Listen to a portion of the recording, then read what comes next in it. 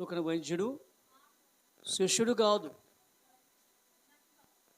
కానీ డాక్టరు వృత్తిలో మంచి ప్రవీణం పొంది లేఖనాన్ని తరచి చదివి అందులో సారాంశం గ్రహించాడు కాబట్టి అందుకనే అండి చరిత్ర ఇది. ఎవరు రాశారు? లూకా. అపోస్తల కార్యం 20 అధ్యాయములన్నీ అండి. ఇక్కడ లూకా సువార్త 24 అధ్యాయాలన్నీ క్లుప్తంగా విపులంగా రాశాడు. కారణం ఏంటి? ప్రతి ఒక్కరూ రక్షణ పొందాలని దీని యొక్క ప్రేమ. అందుకనే లూకా అండి వైద్యుడు అందండి, అది ఎక్స్పెరిమెంట్ అంటుంది, ప్రాక్టికల్ తయారు చేసి చూసేవాడు. కాదు ఒకసారి చూడండి ఆ సామండి. ఆదివారమున తెల్లవారుచుండగా ఆ స్త్రీలు తాము 13 ఇదిగో ఆ దినమందే. ఏ దినమందు? పునరుద్ధాన దినమందు. ఏదండి? పునరుద్ధానము. యేసుక్రీస్తు మరణము నుండి జీవులు దాటాడు కాబట్టి అందుకనే పునరుద్ధానం ఉంది, తిరిగి లేచుట. యేసుక్రీస్తు తిరిగి లేచాడట. ఎక్కడ? యెరూషలేములో. కాబట్టి ఆ దినమందే వారిలో ఇద్దరు యెరూషలేమునకు ఆమడ దూరమునున్న ఎమ్మాయి అను ఒక గ్రామమునకు వెళ్ళుచు. చూడండి ఇక్కడట యెరూషలేము నుండి సొంత గ్రామము ఎమ్మాయి గ్రామానికి వెళ్తున్నారు ఇద్దరు మనుషులు. అనగా యెరూషలేము నుండి ఎమ్మాయి గ్రామానికి 12 కిలోమీటర్ల దూరం. 12 కిలోమీటర్ల దూరంలో ఉంది అమ్మాయి గ్రామానికి. ఆ ఇద్దరు మనుషులట వెళుచూ ఉండే. ఎక్కడి నుంచి? ఫ్రమ్ జెరూసలేం టు ఎమ్మాయి వెళ్తున్నారు. ఎక్కడికి వెళ్తున్నారు? వెళుచూ ఉండగా ఎమ్మాయి అను గ్రామమునకు వెళ్ళుచు జరిగిన ఈ సంగతులన్నిటిని గూర్చి ఒకరితో ఒకరు సంభాషించుకొనుచుండిరి. ఎవరంట? ఏ సంగతులు? యేసుక్రీస్తు మరణించాడు, సమాధి చేయబడ్డాడు అండి. అక్కడ ఆ స్త్రీలందరూ మగ్దలిని మరియ, వేరొక మరియ, హోసన్న అండి అందరు వెళ్ళారట. కానీ సుగంధద్రవ్యం నుండి ఆయన లేడు. ఈ విషయాలు చెప్పుకొని వెళ్తున్నారు ఇద్దరు మనుషులు. వాళ్ళు తలపోసుకుంటూ వెళ్తున్నారట. వారు సంభాషించుచు ఆలోచించుకొనుచుండగా యేసు తానే దగ్గరకు వచ్చి. చూడండి వారు అంటే మాట్లాడుకుంటున్నట. ఎవరెవరు? ఇద్దరు మనుషులు. వారితో ఒకరు మాట్లాడుకుంటుండగా యేసు తానే వారి మధ్య నిలబడ్డాడు. ఎవరి మధ్యకు? ఈ యొక్క శిష్యులు ఇద్దరు. క్లోయప్ అనేవాడు, నేను పేరు రాయబడదు కానీ ఇద్దరు మనుషులు వెళ్తున్నారు. ఎక్కడికి వెళ్తున్నారు? ఈ అమ్మాయి వెళ్తుండగా వాళ్ళిద్దరట మాట్లాడుతుండగా యేసు ప్రభు వారి మధ్యలోకి వచ్చి తానే దగ్గరకు వచ్చి వారితో కూడా అంటుంది. ఎంతమంది నడిచారు? 3. వారు వెళ్తూ ఉన్నారు, నడుస్తూ ఉన్నారు. ఎవరెవరు? 3. అయితే యేసు ప్రభు కూడా వారి దగ్గరకు వచ్చి, ఎక్కడి నుంచి వచ్చాడు యేసు ప్రభు తెలియదు, కానీ అక్కడికి నడిచాడు వచ్చి. మరి ఎన్న చూడలేదు వాళ్ళు, ఈయన ఎవరు అని తెలియట్లా. కానీ వారి దగ్గరకు వచ్చి నడుస్తూ ఉండగా అయితే వారాయన గుర్తుపట్టలేకుండా ఎందుకని వారి కన్నులు మూయబడి. అదేంటి? ఆ మనిషి తెలీదా? ఏమండి? ఎప్పుడు చూసిన వ్యక్తి, 3 సంవత్సరాల పరిచయం కలిగిన వ్యక్తి ఎందుకు గుర్తుపట్టలేదు? కారణం ఏంటి? ఎందుకు పట్టలేదు? అదే చూడండి యోహాను సువార్త 20 అధ్యాయము 10 చూడండి. 10 వచనం. యేసు ఆమెను చూచి మరియా అని పిలిచెను. మరి అని పిలిచెను. ఆమె ఆయన వైపు తిరిగి ఆయనని హెబ్రీ భాషతో రబ్బూని అని పిలిచెను. ఆ మాటకు బోధకుడని అర్థము. చూడండి ఇక్కడ నుండి 15 వచ్చిన నుంచి యేసు అమ్మా ఎందుకు ఏడుచున్నావు? ఎవరు వెతుకుచున్నావు అని ఆమెను అడుగగా, ఎవరండి? ఆమె ఏడుస్తుందట. ఎవరామె? మగ్దలేనే మరి. మగ్దలేని మరియా. ఏదేళ్ళు కట్టిన మరి అట్ట ఏడుస్తుందట. లోనికి వెళ్ళింది, సమాధికి వెళ్ళింది, చూసింది లేదు, మళ్ళీ వస్తే ఏడుస్తుంది. అయితే అమ్మ ఏడుస్తూ ఉండగట. చేస్తుంటే అమ్మా ఎందుకు ఏడుస్తున్నావా అని ఆమెను అడుగగా, ఆమె ఆయన తోటమాలనుకొని అయ్యా నీవు ఆయనను మోసుకొని పోయినలా ఆయనను ఎక్కడ ఉంచితివో, అయ్యా ఒకవేళ నువ్వు ఆయన మోసుకెళ్ళావా? ఎక్కడ ఉంచావో? ఎక్కడ ఉంచితివో నాతో చెప్పుము. నేను ఆయనను ఎత్తుకొని పోదుని చెప్పాను. యేసు ఆమెను చూచి మరియా అని ఎందుకు గుర్తుపట్టలేదు? గుర్తుపట్టిందా? ఎందుకు గుర్తుపట్టలేదు అంటే ఏ శరీరము? మన శరీరమేనా? మరి వాళ్ళు రొట్టె కాల్చిపెట్టి తిన్నాడు కదా, తినట్లేదా? ఎవరు తింటారు మరి? ఆత్మ తినదా? తినదా ఆత్మ? అంటే ఎవడు శరీరంతో ఉన్నాడు అంటే శరీరంతో ఉన్నాడు కానీ ఇక్కడ అందుకనే చేపను కాల్చి ఇచ్చారట. ఎవరిచ్చింది? శిష్యులు ఇచ్చారు. తిన్నాడా? ఎప్పుడైతే ఆ యొక్క రొట్టె తినదుకుని కళ్ళు తెరిపడ్డాయి. ఎవరి అంటే ఇప్పుడు ఆ యొక్క కళ్ళు తెరవకుండాంటే పాపం అంటే ఇంకా యేసు ప్రభు లేలేదని వాళ్ళ ఉద్దేశం. ఆ ఉద్దేశం అండి వెలుగుతుంది. ఎక్కడ? మృతుల్లో వెలుగుతుంది. లేచాడు ఆయన. మనకండి అందుకనే జ్ఞాపం చేసుకుంటున్నాం. అయ్యా తెల్లవారు ఎందుకు పెట్టలేదు? కారణం ఏంటి? ఎందుకు వెళ్తున్నావు? ఇంకా మృతులు వెళ్తున్నావా అంటే మనము వాక్యము మనలోకి ఉండట్లా కాబట్టి ఇక్కడట ఈ అమ్మాయి కానీ వెళ్తున్నట వారు ఆయన గుర్తుపట్టలేకుండా. ఎందుకు గుర్తుపట్టలేదు వాళ్ళు? కారణం ఏంటి? ఎందుకంటే ఇదే తలపోసుకుంటున్నారు. వాళ్ళ మనసంతా ఇంతే. అయితే వారు ఆయనను గుర్తుపట్టలేకుండా వారి కన్నులు మూయబడేను. ఆయన మీరు నడుచుచు ఒకరితో ఒకరు చెప్పుకొనుచున్నా ఈ మాటలు ఏమని అడగండి అంటే ఇది మధ్యకు వచ్చి ఏంటి ఏమి ఆట కూర్చున్నది? మీరు ఒకరితో ఒకరు చెప్పుకొనుచున్న మాటలు ఏంటయ్యా? నేను వచ్చా అన్నట్టు మాట. వారు దుఃఖముఖులై నిలిచిరి. అదేంటి నిలబడారా? ఏం నిలబడ్డారండి? వెళ్ళే వాళ్ళు వెళ్ళా కదా, ఎందుకు నిలబడ్డారు? మరి ఈయన అన్నాడు కదా, ఏంది దుఃఖముఖులై నిలిచిరి? ఎక్కడ? దారిలో నిలబడ్డారు. కారణం ఏంటి అంటే ఇప్పుడు ఏం గమనించాలి మనము? గమనించాలా? నిలబడంటే ఒకవేళ ఈయనకేం తెలుసునేమో సంగతి. దుఃఖముఖులై నిలిచిరి. వారిలో క్లెయోపానేవాడు యెరూషలేములో బస చేయుచుండి ఈ దినములలో అక్కడ జరిగిన సంగతులు నీవొక్కడివే ఏంటయ్యా? ఇదిగో యెరూషలేములో బస చేశారు కదా, భోజనం చేశారు కదా, నివాసం చేశారు కదా, అక్కడ నుంచి వస్తున్నావే. ఆ యెరూషలేము సంగతులు నీకు తెలియదా?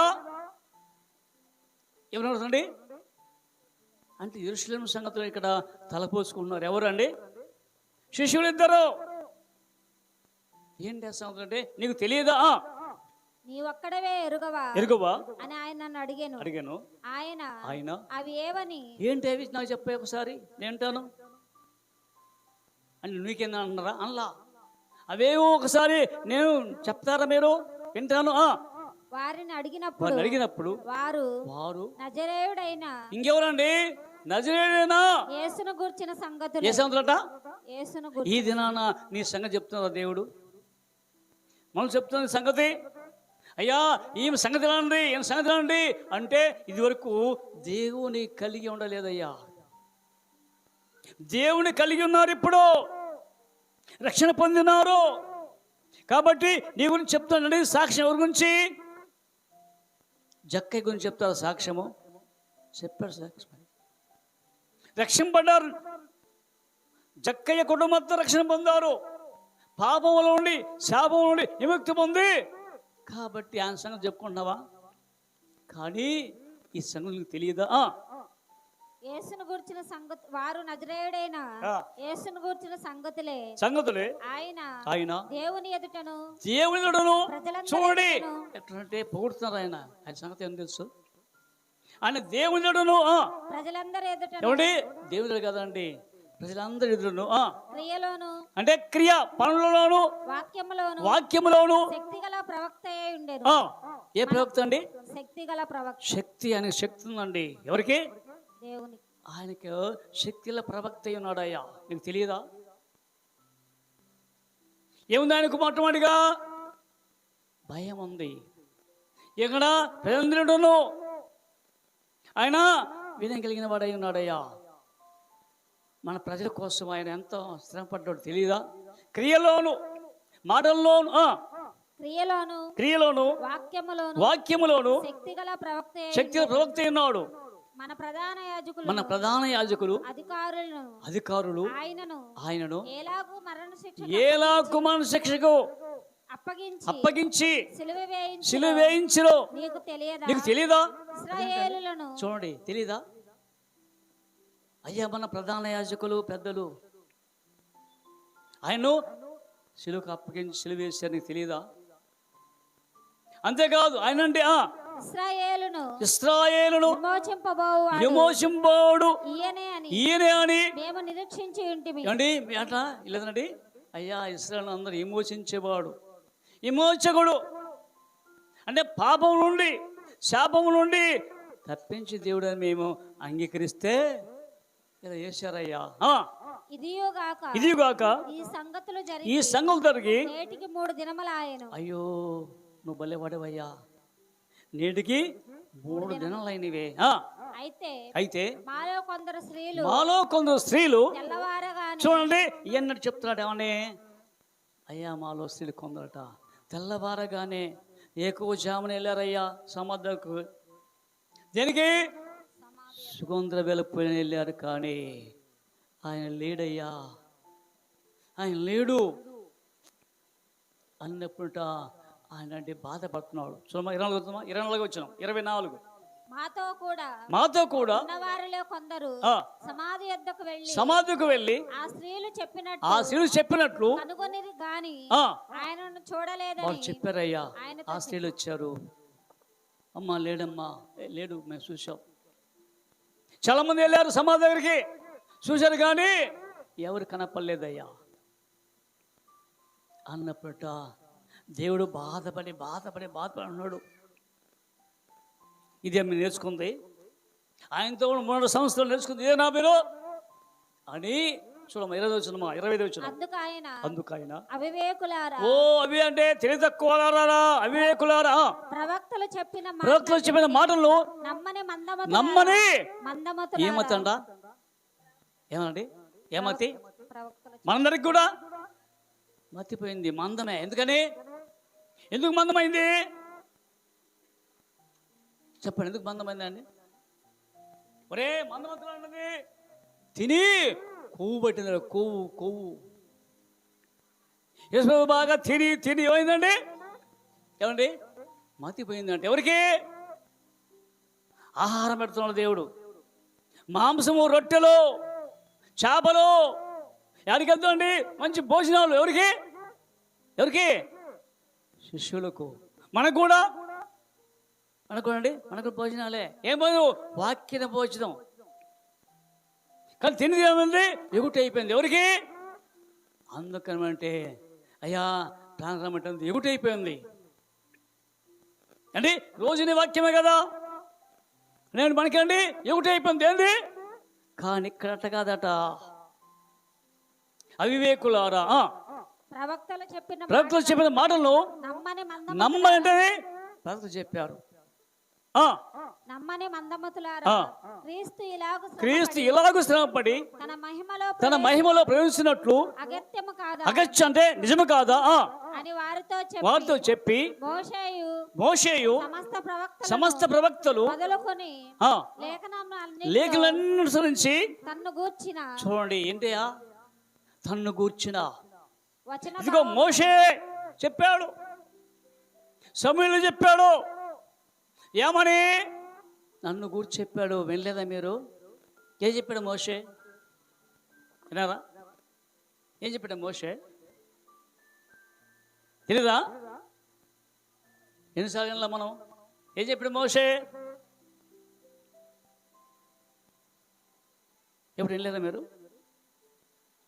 అంటే ఇన్ని హిస్టరీలు తెలియదా? తెలీదా? ఎవరు తెలీదా? తెలుసా వింటున్నామే కానీ అది చూడండి. ద్వితీయోపదేశకాండం 18 అధ్యాయము 16-17 చూడండి. ఈ గొప్ప అగ్ని నాకు ఇకను కనపడకుండును గాక అని చెప్పితివి. ఆ సమయమున నీ దేవుడైన యెహోవాను నీవు అడిగిన వాటన్నిటిని అన్నిటి చొప్పున నీ దేవుడైన యెహోవా నీ మధ్యను నా వంటి ప్రవక్తను నీ సహోదరులు నీ కొరకు పుట్టించును. ఓ మోషే, నీ వంటి ప్రవక్తను నా సహోదరులు. ఎవరా సహోదరులు? ఎవరండి? యేసేపు మరియమ్మ కుమారుడు ఎవరు? యేసేపు ఎవరు? ఎవరి గర్భం నుంచి యేసేపు?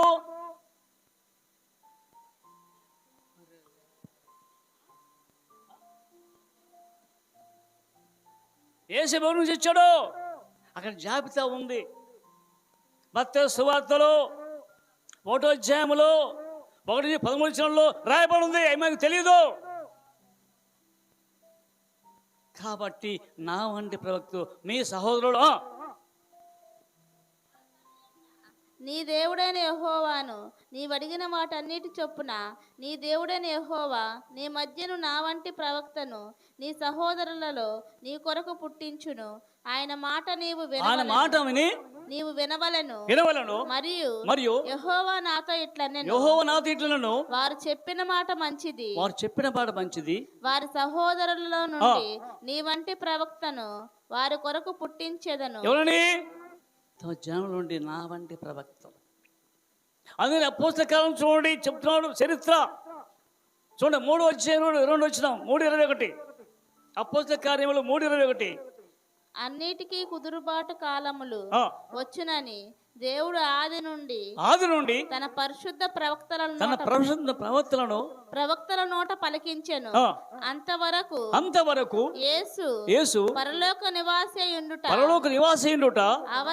ఆవశ్యకము. మోషే ఇట్లనెను, ప్రభువైన దేవుడు నా వంటి ఒక ప్రవక్తను మీ సహోదరులలో నుండి మీ కొరకు పుట్టించెదను. ఆయన మీతో ఏమి చెప్పినను అన్ని విషయములలో మీరు ఆయన మాట వినవలెను. ఆ ప్రవక్త మాట విననివాడు ప్రజలలో ఉండకుండా సర్వనాశనమగునని మరియు సమూయేలు మొదలుకొని ఎందరో ప్రవక్తలు ప్రవచించిరో వారందరూ ఈ దినమును గూర్చి ఏ దినము? ఈ పునరుద్ధాన గురించట. అంటే అక్కడ ఆదికాండం 3:15 ఎవరు చెప్పాడు? 3:15 అండి లేదా? 3:15 నీ సంతానానికి వైరం కలుగును. ఏమని? ఎవరా నీ సంతానము అంటే అపవాదికిని. యేసు సంతానానికి వైద్యం అంటే అదిగో అది తల మీద కొడుతుంది, మడి మీద కొడుతుంది. పాము, సైతాను అందుకనే అక్కడ లేఖన వరకు కాదు, యెషయా గ్రంథం 7:14 తానే చూస్తుంది అండి. అది ఒక కన్య గర్భవతి కుమారుడు ఉండి ఆయనకు ఇమ్మానుయేలు పిలండి అంటే తన ప్రజలు వారి పాపం నుంచి కాబట్టి అందుకనే అక్కడ సహోదరులు ఎవరంటే అది అబ్రహాం యొక్క కుమారులలో పిలిచాడు అబ్రహామును. కానీ లేఖనాలు సమూయేలు ప్రవక్త చెప్పాడు, సమూయేలు ప్రవక్త అని చెప్పి వాళ్ళు లేఖనం చెప్పాడు. ఎవరికి? ఇద్దరు అవివేకులారా, ప్రవక్తలు చెప్పిన మాటలన్నిటినీ నమ్మని మందమతులారా, క్రీస్తు ఇలాగు శ్రమపడి తన మహిమలో ప్రవేశించుట అగత్యము కాదని వారితో చెప్పి మోషేయు సమస్త ప్రవక్తలను అక్కడ చదవాలి, అంతేగాని మోషే సమస్త ప్రవక్తలు మొదలుకొని లేఖనములన్నిటిలో తన్ను గూర్చిన వచనములను వారికి తెలిపెను. అంటే ఏం చెప్పండి? ఎక్కడ నిలబడా లేకపోతే వెళ్ళిపోతుండా? నిలబడ్డారు. అయితే చెప్పిన వెళ్తా ఉన్నారు. ఇంతలో తాము వెళ్ళుచున్న గ్రామము దగ్గరకు వచ్చినప్పుడు ఆయన ఇంకా కొంత దూరము వెళ్ళునట్లు అగపడగా వారు సాయంకాలము కావచ్చునది. ఇంకెందుకయ్యా రా మాతో అండి, పొద్దుకింది కదా, మా ఇంటికి రండి. ఎవరు? ఇద్దరు శిష్యులట, ఇద్దరు మనుషులు. ఏ గ్రామానికి? యమ్మ గ్రామానికి వెళ్తున్నారు. ఎవరు? మనుషులు. ఈ యొక్క యేసు ప్రభు ప్రొద్దుకృంకినది మాతో కూడా ఉండమని చెప్పి ఆయనను బలవంతం చేసిరి కనుక ఆయన వారితో కూడా ఉండుటకు లోపలికి వెళ్ళెను. అంటే మరి బలంతం ఇచ్చారు కదా, బలంతంగా ఇప్పుడు మాట్లాడుకున్నారు, బాగా కొన్ని విషయాలు మాట్లాడారు. కాబట్టి బలంతము అంటే ఆ లోతు భార్యను, ఇద్దరు కుమార్తె చేతను, లోతు చేతని బలంతంగా ఎక్కడికి ఇళ్ళుపలికి ఇప్పుడు లోపలికి బలంతంగా ఆయన వారితో కూడా భోజనమునకు కూర్చున్నప్పుడు ఒక రొట్టె పట్టుకొని స్తోత్రము చేసి దాన్ని విరిచి వారికి పంచిపెట్టగా ఇచ్చారట. అది పెంచేది ఎవరు? కుటుంబంలో వచ్చిన చుట్టాలు పడతారా? ఇప్పుడు వచ్చిన వాళ్ళు బంధువులకు ఎవరు పెడతారు? మరి ఇక్కడంది ఏంటి?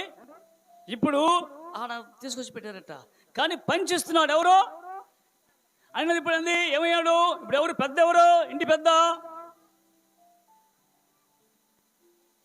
యేసు ప్రభువే. కాబట్టి రొట్టె విరిచి రొట్టెను పట్టుకొని స్తోత్రం చేసి దాన్ని విరిచి వారికి పంచిపెట్టగా వారి కన్నులు తెరవబడి ఎందుకని అంతకుముందు ఏమండి మోయబడేట. ఎప్పుడైతే రొట్టె తిన్నారో, ఏంటి ఆ రొట్టె తిన్నారు కదా, ఏంటది? ఆయన మాట, ఆయన వాక్యం.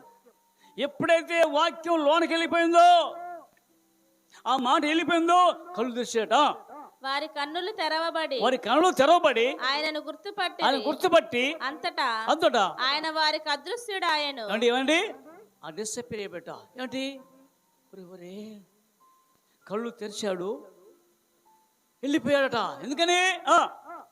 అప్పుడు వారు ఆయన త్రోవలో మనతో మాట్లాడుచు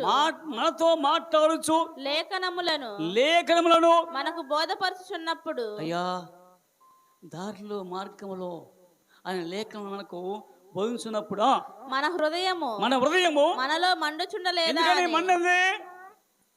మండిందండి, మండుచుండలేదంటే అయ్యో నిజంగా ఈయన యేసు ప్రభు అనుకున్నారు, కానీ మళ్ళీ కాదు, మనుషుడు కదా, కళ్ళు మొయ్యబడ్డావు కదా.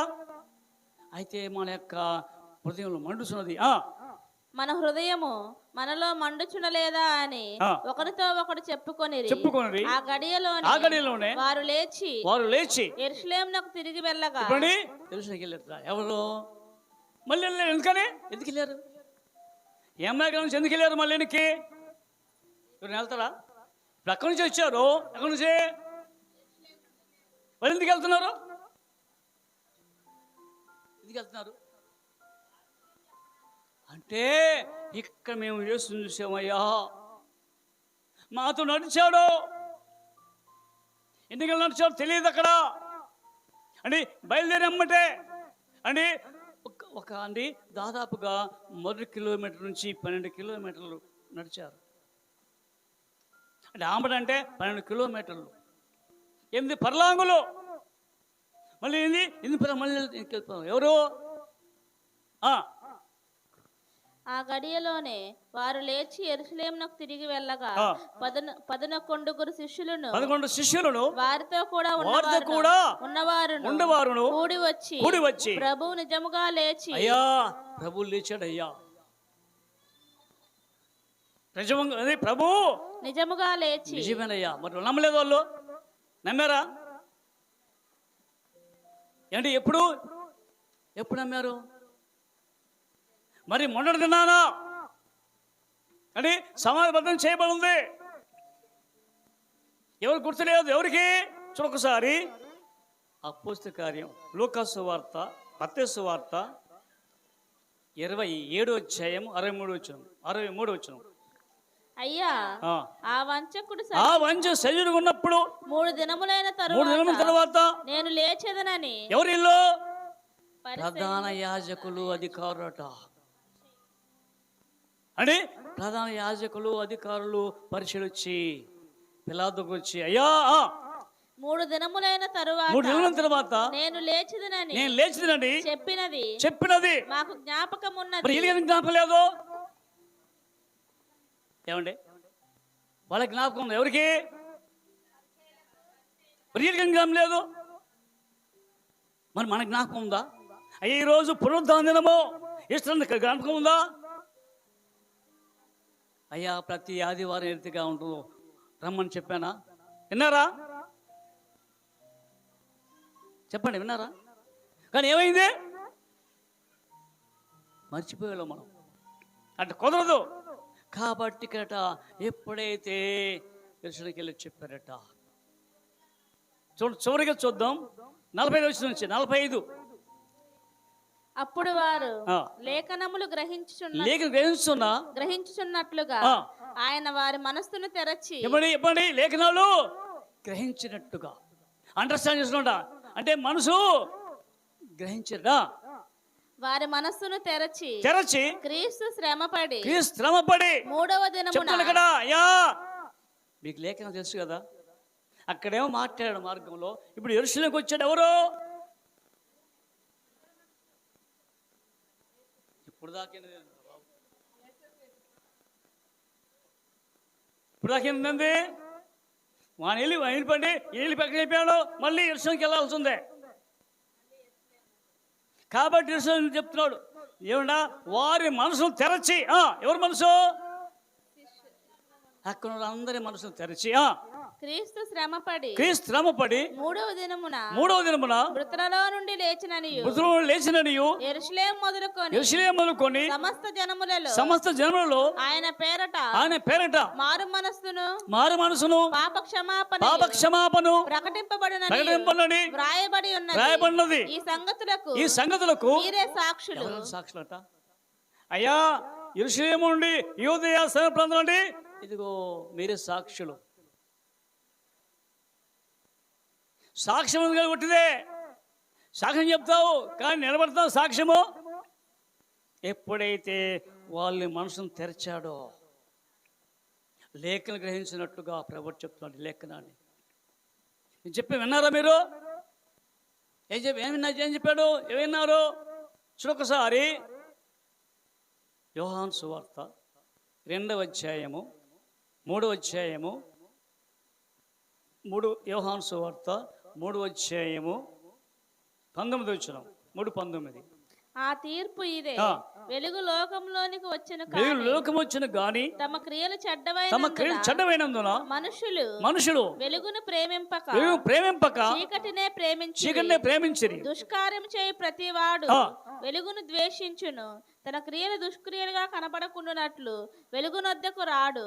సత్యవర్తనుడైతే తన క్రియలు దేవుని మూలముగా చేయబడి ఉన్నవని. 2:19 యేసు ఈ దేవాలయమును ఈ దేవుని పడగొట్టుడి 3 దినములుగా దాన్ని లేపుదునని వారితో చెప్పాను. యూదులు ఈ దేవాలయమును 46 సంవత్సరములు కట్టిరే. ఏంటి ప్రభువా కట్టమని పడేయమంటున్నది అండి? 46 దినాలు ఎవరు కట్టారు? ఎరుసలేము దేవాలయాన్ని ఎవరు కట్టారండి? కాదు, ఏదో సోపు కట్టింది, ఒక వానలు కట్టాడు. ఇక్కడ 46 రోజులు కట్టాడట. ఎవరు? ఈ రోజు రాజు. నీవు 3 దినములు దాన్ని లేపుదు అని అనిరి. అయితే ఆయన తన శరీరం అనే దేవాలయమును గూర్చి ఈ శరీరం అనే దేవాలయం అంట. ఈ మాట చెప్పాను. ఆయన మృతులలో నుండి లేచిన తరువాత ఆయన ఈ మాట చెప్పానండి. ఆయన శిష్యులు ఎప్పుడు అప్పుడు గ్రహించారట. ఏమని? అయ్యా లేచి నిజమేనయ్యా, కాబట్టి మరి నువ్వు గ్రహించావా? అయితే ఆమె యొక్క మరియమ్మ మగ్దలేనయ్యా అండి, యోహన్నయ్యో వెళ్ళి మళ్ళీ పూస్తారా సుగంధద్రవ్యాలు అండి, చూస్తారా అంటే ఆచారం వద్దు. యేసు లేచిండు కాబట్టి నీ హృదయంలో చేర్చుకోవాలి ఆయన్ను. అందుకని పునరుద్ధానుడ యేసు. కాబట్టి ఇక్కడ మరి ఆహారం తిన్నాడా? ఆయన రొట్టె తిన్నాడా రొట్టె? చూడండి అపోస్తల కార్యములు యోహాను సువార్త 21వ అధ్యాయము 4వ వచనం. 21:4 ముగిద్దాం. సూర్యోదయం అగుచుండగా యేసు దరిని నిలిచెను. అయితే ఆయన యేసు అని శిష్యులు గుర్తుపట్టలేదు. ఎందుకని? లేచిన తర్వాత అండి 40 రోజులు దిగాడు. 40 రోజులు అందరు కనపడుతున్నాడు. ఎవరికి? 11 మందికి, 500 మందికి కనపడ్డాడు. ఎవరు? యేసు ప్రభు. అయితే ఇక్కడ యేసు పిల్లలారా భోజనమునకు మీ యొద్ద ఏమైనా ఉన్నదా అని వారిని అడిగాను. లేదని వారు ఆయనతో చెప్పిరి.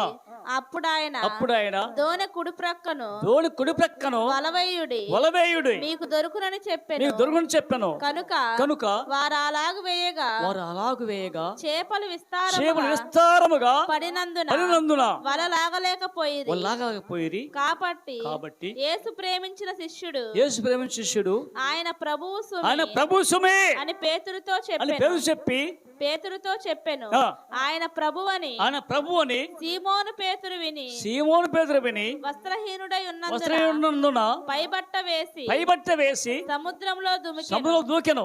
దరి ఇంచుమించు 200 మూరల దూరం ఉన్నందున తక్కిన శిష్యులు చేపలు గల వల లాగుచు ఆ చిన్న దోణిలో వచ్చిరి.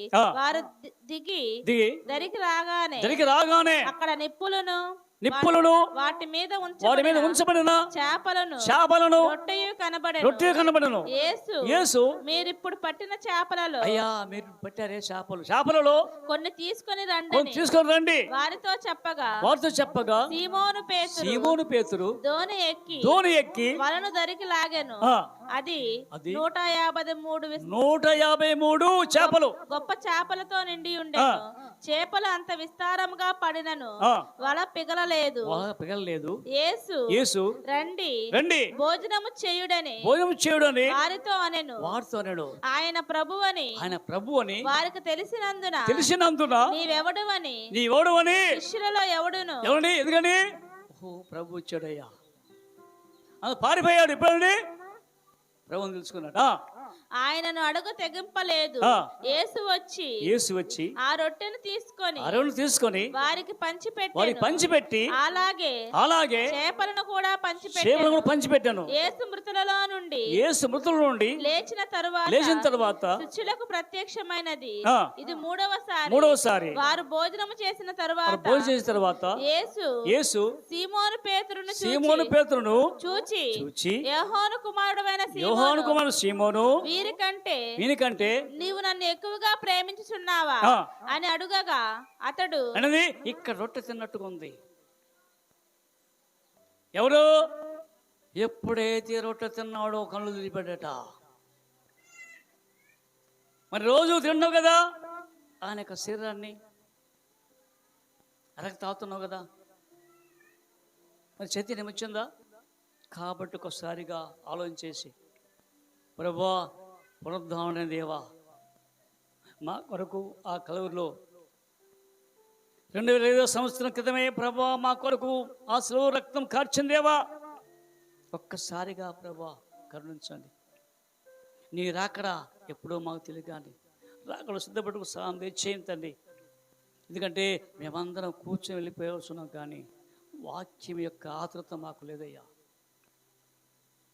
ప్రభా నేను ఒట్టేస్తం తెచ్చాను కాబట్టి ఇప్పుడు నిండు హృదయంతో వెళ్ళటానికి సాయం తెచ్చాను. ప్రార్థన చేసుకుందాం. కొద్ది మాలు దేనిస్తుందా ప్రార్థన. కృప మహిమగల మా పళ్ళలో గొప్ప తండ్రి, ఇది కొన్న యెరూషలేము నుండి ఈ అమ్మాయి గ్రామంకి వెళ్ళుచున్న తండ్రి అనగా నీ మందిరం నుంచి మరలా వెంటికి వెళ్ళుచున్న వారి విషయంలో ప్రభా మాట్లాడినట్టుగా మీరు మాతో మాట్లాడిన దేవా అనుకున్నారు. ఎప్పుడైతే ప్రభా ఈ సంగతులు విన్న తర్వాత మరలా ప్రభా గృహంలో ఉండి తండ్రి ఆ శిష్యులు వచ్చి జన సంగతులు ప్రభా యెరూషలేములో వివరించగా ప్రభా యూదయ సమరయ గల ప్రాంతం అందరికీ ప్రభా సువార్త ప్రకటించినట్టుగా తండ్రి ఇక్కడ కొడి వచ్చిన అందరూ ప్రభా నీ యొక్క ఆత్మని బలపరచండి. ఇన్న వాక్యాన్ని ప్రభా ప్రతిపదంలో నింపండి.